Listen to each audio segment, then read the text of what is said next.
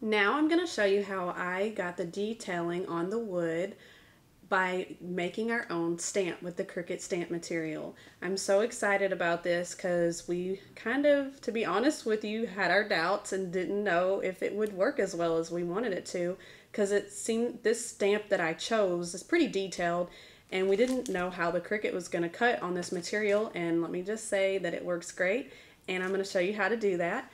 And to get a stamp made for this segment, you will need the Cricut stamp material. This is actually a package of the refills. If you bought the stamp kit, it will have a sheet of the Cricut stamp material and it will have the blocks. There's 4 different sizes. You will also need the accent essentials, and I did one of these little flourishes on here that I will actually bring up and show you the whole process, so you'll see it more detailed once I get it made out. And a 12 by 12 mat.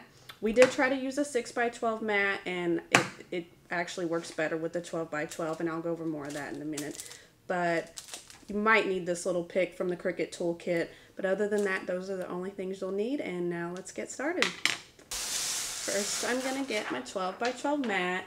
I will say though that we did this quite a few times deciding on what cut we wanted to do, and you will have to use a new mat because we even went to do a second shape after cutting it one time, and something about this stamp material, it really has to be on a fresh mat. So just a forewarning there.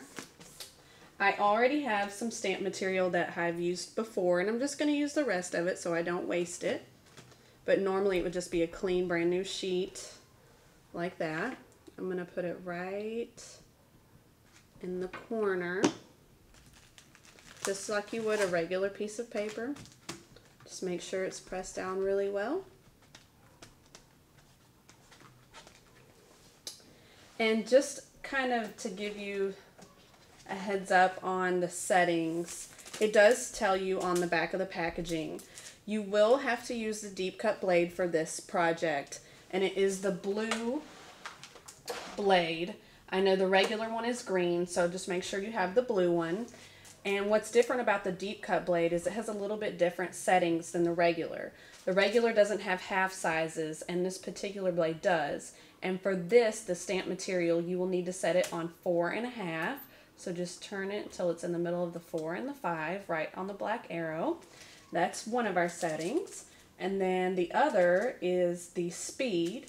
You will have to have your speed on low for this one.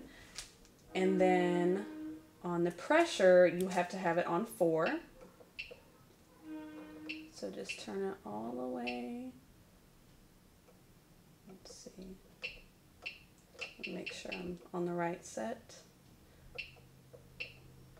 On high is 4. And then the size for this particular one, we went with 2 inches. We just wanted a 2-inch shape.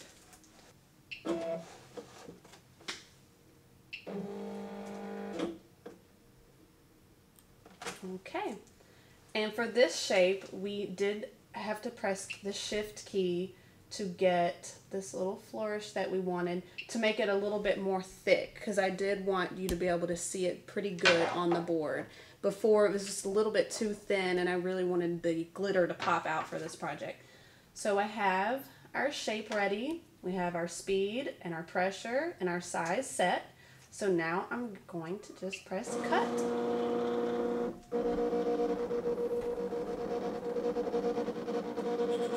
And one thing that we love about our expression is that it does have this display screen right here, which is a little bit different from the regular Cricut. It really sets it apart by being able to see everything that you're doing right on the screen. You can see the shape come up, you can see the size, the pressure, the speed, everything right here. Even your mat size shows up right on the screen. For this one, I will be using this smaller block. It actually fits perfect on this block.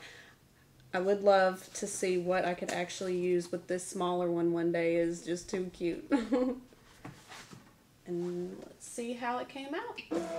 Press the unload key. So far it looks perfect. And this is when your little tool will come in handy from the Cricut toolkit. It just has a perfect little point on it to grab. Some of these materials are just so a little bit more difficult to work with, and if you want to watch me get it off there, I just pull it right off. And perfect stamp that we made custom ourselves. And now I'm going to just put it on the block that I got. And again, I love these clear blocks because for this project, I can make sure I'm getting it in the right spot. And this material is a lot like vinyl. It does move around, so you're going to need to kind of tailor it to how you want it on the block. Otherwise, it just overlaps on each other because it's so flexible. Now that I have my stamp on, I will start to show you the embossing process.